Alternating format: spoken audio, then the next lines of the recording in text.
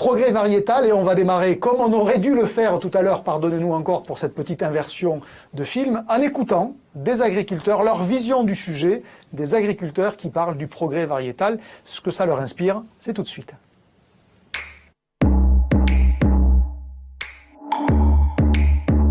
Alors oui, moi je peux voir depuis quelques années une vraie évolution sur les résistances maladies, par exemple des blés ou des orges, avec des variétés très intéressantes qui permettent de réduire les IFT de l'exploitation. Aujourd'hui, il y a toujours de l'amélioration variétale. On espère que ça va continuer sur les aspects maladies et fongiques du futur. Et aussi un petit peu en gain de rendement. Je pense que oui, parce que toutes les nouvelles variétés évoluent quand même, et puis on voit qu'il y en a certaines qui sortent du lot. Mais je pense que les gains sont moins importants qu'il y a quelques années.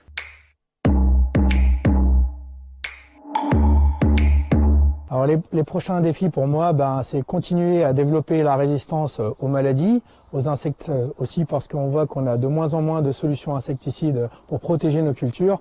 Mais aussi développer en parallèle la résistance au contexte pédoclimatique, donc au sec, à l'humidité, au froid, à la chaleur. Et si en plus les plantes pouvaient à l'avenir pouvoir commencer à s'alimenter naturellement tout seul, ça serait sympa aussi. Les prochains défis de la céréale à paille seront sûrement plus de résistance aux aléas climatiques, aux longues périodes de sec et à des hivers humides. Je pense que ça va être pour nous en zone intermédiaire primordial. Au niveau des prochains défis, je pense que la résistance aux maladies, ça c'est vraiment un défi. Réussir à trouver des plantes qui soient plus résistantes, et puis je pense que dans ce côté-là, les mélanges de variétés sont de l'avenir. Voilà pour la vision qu'ont ces agriculteurs témoins de cette matinée du progrès variétal. On va aller regarder de manière assez structurée dans un instant avec Philippe Duchéron d'Arvalis, faire une espèce de retour en arrière et montrer à quel point ce progrès variétal a été utile. C'est souvent l'intérêt quand on regarde dans le rétroviseur très très loin. Vous verrez, Philippe va nous amener jusqu'à 15 ans en arrière à chaque fois pour mesurer les évolutions. Et puis ensuite, on fera des petits focus sur blé tendre, blé dur et enfin orge. Mais tout de suite, et c'est les contraintes malheureusement de la situation qui nous l'imposent, Philippe est à distance. On part chez Arvalis et on écoute Philippe Duchéron. Bonjour, je me présente Philippe Duchéron. Je travaille chez Arvalis sur la caractérisation des nouvelles variétés de blé tendre. Le levier variétal est attendu pour répondre à de nombreux enjeux aussi bien d'ordre agronomique, économique qu'environnemental. Mais le progrès génétique est rarement spectaculaire, il s'exprime le plus souvent de manière très progressive, et il faut savoir regarder sur plusieurs années en arrière pour en mesurer les effets concrets. Je vais donc vous présenter l'évolution des principales caractéristiques des variétés de blé tendre cultivées au cours des 15 dernières années. Les épreuves de VATE et le règlement d'inscription orientent le progrès génétique. Pour être inscrite, une variété doit montrer qu'elle répond aux attentes de la filière tout en apportant un bénéfice par rapport aux principales variétés cultivées. Ainsi, une variété est évaluée sur 3 axes. Sa productivité, qui est un indicateur de son adaptation à nos conditions agroclimatiques, sa qualité technologique, qui doit correspondre aux attentes des utilisateurs ou des acheteurs, et ses résistances à l'averse et aux bioagresseurs, qui ont un poids très élevé dans les décisions d'inscription. Ainsi, en 40 ans, il y a eu une très nette amélioration du niveau de résistance aux maladies des variétés inscrites au catalogue. L'évolution a également été spectaculaire sur la qualité technologique, avec aujourd'hui une très large majorité de variétés classées blé panifiable supérieur. L'inscription est une étape incontournable dans la carrière d'une variété, mais elle ne suffit pas. Bon nombre de variétés inscrites ne sont jamais significativement cultivées. Les décisions de développement des distributeurs de semences et la satisfaction des agriculteurs jouent également un rôle important dans l'expression du progrès génétique au champ.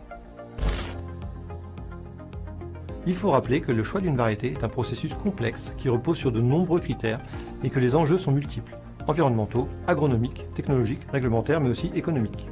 Afin de mesurer l'évolution des caractéristiques des variétés de blé tendre réellement cultivées en France, j'ai utilisé d'une part les cotations variétales établies par le CTPS en inscription, puis mises à jour à l'aide des essais de post-inscription, et d'autre part les enquêtes de répartition variétale réalisées chaque année par France Agrimaire. Sur la productivité, on observe une progression du potentiel moyen des variétés cultivées de plus 0,5 à plus 0,6 quintaux par hectare et par an entre 2005 et 2020. Cette évolution semble stable et conforme à la tendance observée sur les variétés les plus cultivées des 50 dernières années. Ces variétés avaient été remises en essai au début des années 2010 afin de mesurer le progrès génétique. Attention, ces graphiques, comme les suivants, ne reflètent pas l'évolution réelle des rendements mesurés chaque année, mais bien l'évolution qu'on observerait d'année en année en lien avec les changements variétaux, si les effets d'environnement étaient stables. Ce qui n'est évidemment pas le cas dans la réalité. Sur les rendements, on dit que sans le progrès génétique, la situation actuelle ne serait pas à la stagnation, mais bien à la diminution, principalement en raison de l'augmentation des aléas climatiques. On s'intéresse maintenant à la qualité de la récolte en commençant par le poids spécifique. Cet histogramme représente la répartition des surfaces de variétés de blé tendre cultivées chaque année depuis 2005 selon leur note d'EPS. En rouge, les variétés à faible EPS, en vert, les variétés à EPS élevé. La courbe représente l'évolution de la note moyenne par année. On observe qu'en moyenne, les variétés cultivées en 2020 ont une cotation supérieure d'1 point par rapport à celle des variétés cultivées en 2005. Cela représente un peu plus de 1 kg par hectolitre. On observe également la quasi-disparition en culture des variétés à faible et très faible EPS, note de 4, 3, 2 et 1. Avant de regarder les effets des évolutions variétales sur la teneur en protéines, il faut rappeler que celle-ci est négativement corrélée à la productivité. En effet, en tendance, plus une variété est productive, moins ses teneurs en protéines sont élevées, en raison de la dilution de l'azote disponible dans les grains. Selon cette tendance, on perd environ 0,1 point de protéines pour chaque quintal supplémentaire. C'est pourquoi on caractérise les variétés plutôt sur la GPD, c'est-à-dire leur capacité à s'écarter de cette relation négative. Les variétés à GPD élevé ont une meilleure capacité à absorber l'azote et à le remuser dans les grains. À rendement équivalent, elles présentent une teneur en protéines plus élevée. Si on regarde l'évolution sur 15 ans de la GPD moyenne des variétés cultivées, on constate une très nette progression avec une augmentation de 2 points. À même potentiel de rendement, cela représenterait une augmentation de 0,5 points de protéines. Si on fait le même exercice sur la teneur en protéines réelle, c'est-à-dire non corrigée du rendement, on observe une baisse d'environ 1,5 points en cotation, soit moins 0,4 points de protéines. Compte tenu du progrès génétique sur le rendement estimé sur 15 ans à 8 quintaux par hectare, la teneur moyenne en protéines des variétés aurait dû baisser de moins 0,8 points.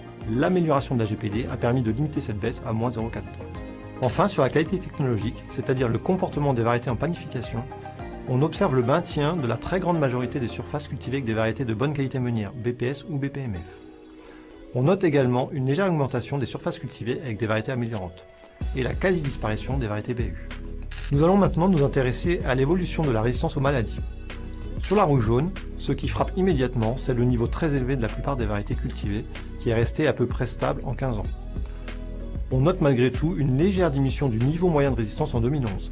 Cette diminution est liée à l'incursion cette année-là de races exotiques de rouge jaune qu'on appelle race warrior. Un peu plus virulentes et évolutives que les anciennes souches européennes, elles sont à l'origine d'une augmentation du nombre de contournements de résistance variétale.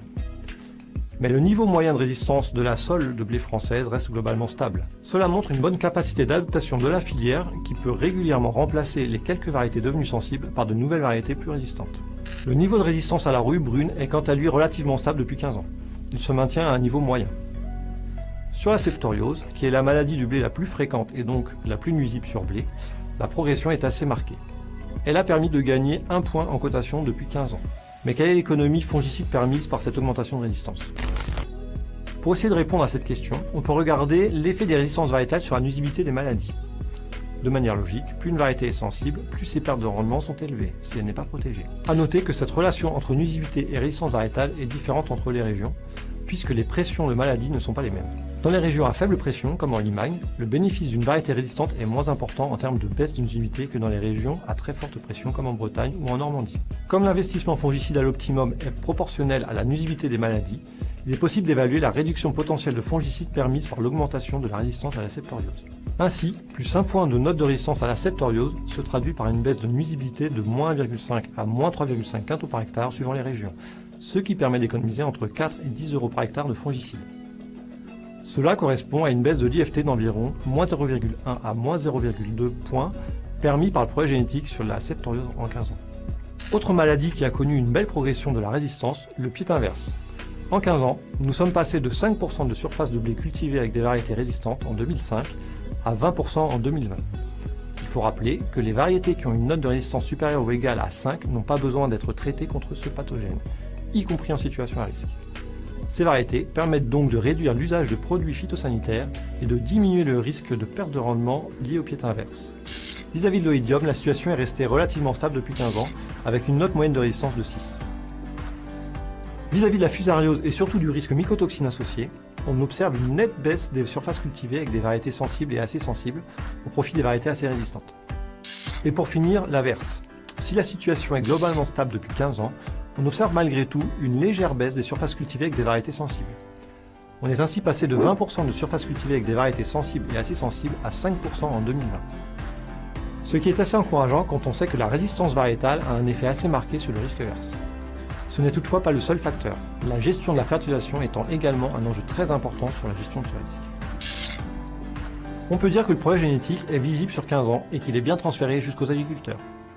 Il s'est traduit par une amélioration de la qualité technologique des grains, en particulier du poids spécifique, et du niveau de résistance globale aux maladies. Et tout cela ne s'est pas fait au détriment du potentiel de productivité des variétés.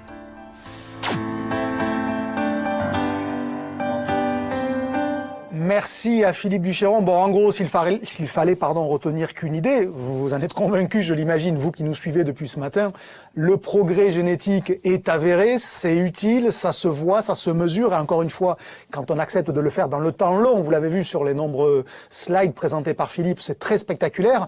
Après cette vision globale, je vous propose que de manière plus courte, mais plus focusée encore, on regarde ce qu'il en est sur 3 filières plus particulières. On va parler de blé tendre, on va parler de blé dur et on va parler d'orge en 3 minutes à chaque fois. On part tout de suite sur la filière blé tendre, avec Yann Manès pour Syngenta. Regardez.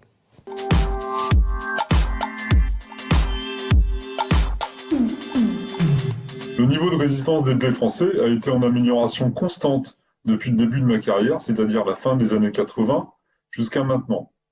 D'abord sur l'oïdium et les rouilles, la rouille jaune et la rouille brune, et ensuite sur la septoriose et la fusariose de l'épi. Sur la septoriose, les blés étaient assez sensibles dans les années 90, surtout avec l'arrivée des blés dominants.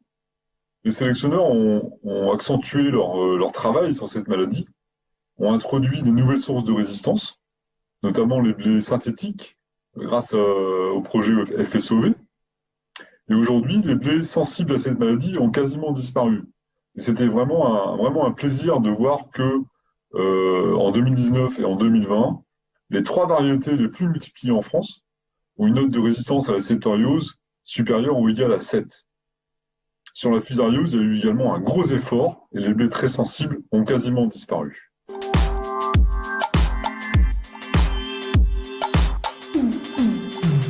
Le challenge reste important pour nos sélectionneurs. Les engagements du Grenelle de l'environnement et du Green Deal européen poussent à diminuer le nombre de traitements.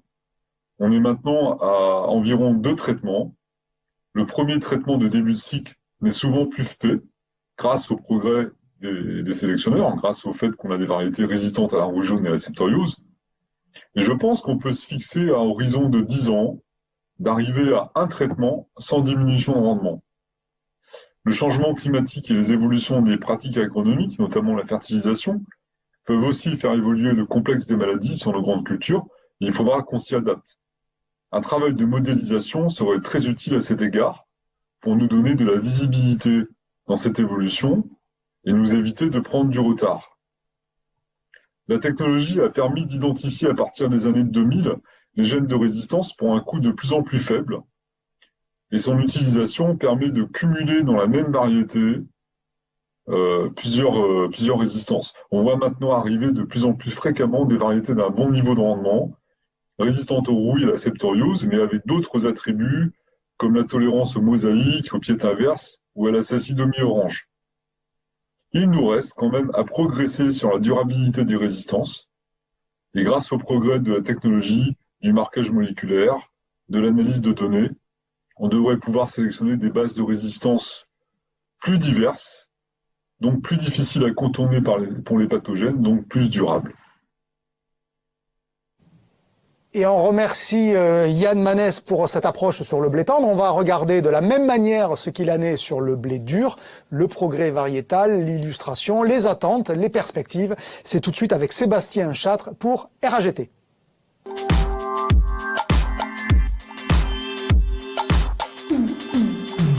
Les critères de sélection en blé dur, ils sont relativement simples en fait.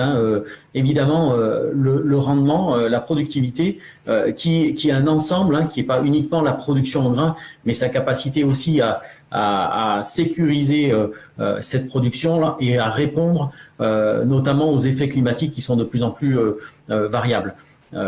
Évidemment, sécuriser le rendement, c'est aussi la tolérance aux maladies, comme la fusariose par exemple, ou à des virus, le virus de la mosaïque, qui est extrêmement pénalisant en blé dur.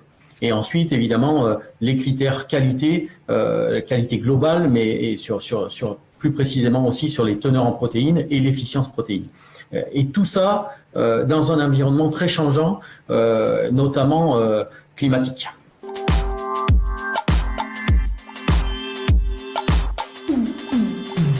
Les enjeux pour l'espèce et en sélection blé dur, c'est tout d'abord des surfaces qui ont drastiquement baissé. Les surfaces cultivées sont passées de 4 millions d'hectares dans les années 2000 à 2,5 millions d'hectares aujourd'hui sur l'Europe. Et la tendance est la même sur la France avec 350 000 hectares aujourd'hui cultivés contre 500 000 il y a une quinzaine d'années. Et évidemment, ce qui est important, c'est la compétitivité de l'espèce. C'est quelle est sa place dans l'exploitation agricole, sa place chez l'agriculteur. Et donc pour ça, il faut amener de l'innovation, il faut amener des solutions qui permettent de sécuriser le revenu des agriculteurs ou sécuriser la production. Et également d'obtenir une masse critique suffisante pour pouvoir sécuriser la filière également dans ses besoins en blé dur et son approvisionnement.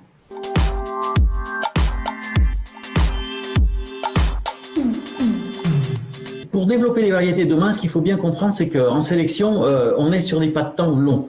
Pour développer une variété, il faut environ 7 ans de travail de sélection.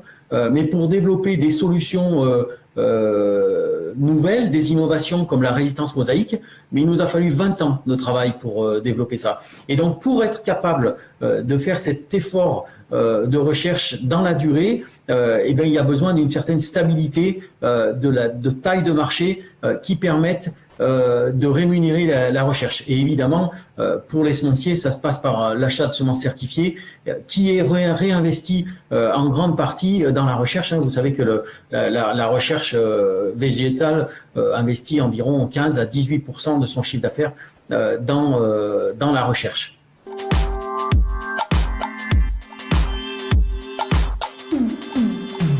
Les attentes pour la sélection blé dur, ils sont multiples.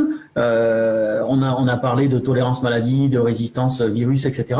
Et aujourd'hui, les solutions, les innovations, les outils de la boîte à outils du sélectionneur, ils sont très importants. Ils viennent des autres espèces, utilisées en blé tendre, utilisées en maïs, etc., que l'on pourrait adapter au blé dur et qui permettraient d'amener des solutions complémentaires de résistance virus, insectes ou maladies plus rapidement. Hein. Il y a aujourd'hui, on travaille par exemple sur des modèles de sélection génomique qui nous permettent de prédire le comportement variétal dans des environnements difficiles, contrastés. Ces enjeux-là, ces moyens-là, on peut les mettre en place pour le blé dur, mais évidemment, il faut qu'en face, il y ait le marché. Merci Sébastien. 2 idées particulières que je retiens dans ce qu'il vous a présenté sur cette filière blé dur. D'abord, un chiffre que ceux qui ne sont pas dans la filière, ce qui n'est pas votre cas, mais c'est toujours utile de le dire, de le répéter, c'est ce fameux 15 à 18% du chiffre d'affaires qui est investi en recherche. Il n'y a pas beaucoup de filières, il n'y a pas beaucoup de secteurs économiques dans lequel le niveau de R&D est aussi élevé que, évidemment, dans ce qui est la recherche génétique et ce fameux temps long. Et puis, autre idée sur laquelle il a insisté au démarrage de sa petite vidéo, c'était de rappeler à quel point la compétitivité des espèces est quelque chose de primordial pour qu'elles puissent avoir un potentiel, on l'a vu sur le blé dur, avec une réduction, il le rappelait, assez drastique des surfaces en Europe, mais aussi en France. Et donc c'était 2 idées parmi d'autres que j'ai retenues de ce que Sébastien nous a fait partager. On continue ces retours d'expérience, ces partages sur des filières plus précises. On va parler à présent de l'orge, et c'est Florent Cornu de Secobra qui nous trace quelques enjeux et quelques défis qui se posent à cette filière-là. L'orge, c'est parti.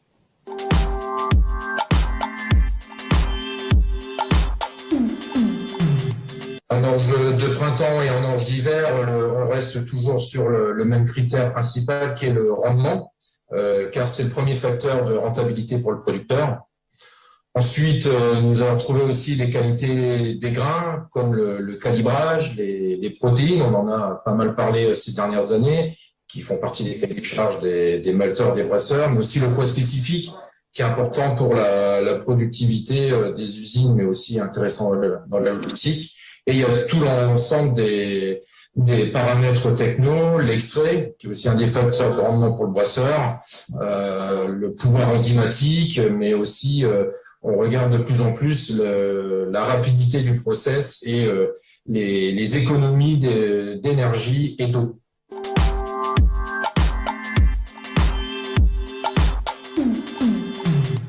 Le grand progrès génétique, c'est déjà d'essayer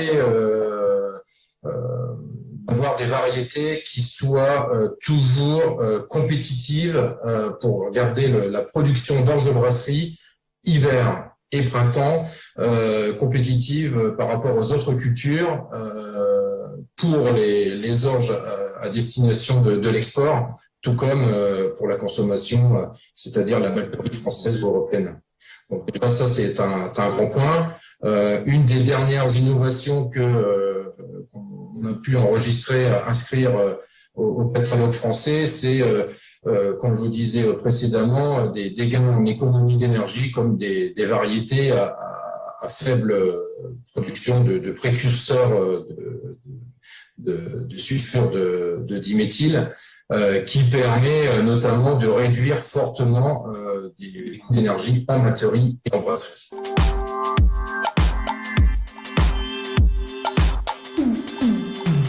Un focus sur les orges d'hiver. Clairement, ce qu'attend la filière, c'est des variétés tolérantes à la GNO, mais aussi au pied chétif, et qui soient pleinement reconnues par l'ensemble de la filière malterie brasserie. Voilà pour ce second chapitre sur le progrès variétal. Que faut-il en retenir? Que manifestement le progrès variétal, ça fonctionne, ça marche, que la recherche génétique, ça marche, que la sélection, ça marche. En tous les cas, vous l'avez vu au travers de plein d'exemples. Et pour ceux qui ont posé la question, je vous réponds naturellement avec plaisir. Les slides présentés par Philippe Bucheron d'Arvalis pour démarrer cette séquence sur le progrès variétal seront disponibles sur le site SEMAE aussitôt après notre matinée. Donc sentez-vous à l'aise. Si vous n'avez pas pu tout noter, évidemment, ce que j'imagine, ces slides seront disponibles. Après la protection des semences 2.0, après le progrès variétal, dernier chapitre de cette matinée, on va évoquer les protéines végétales. Restez avec nous.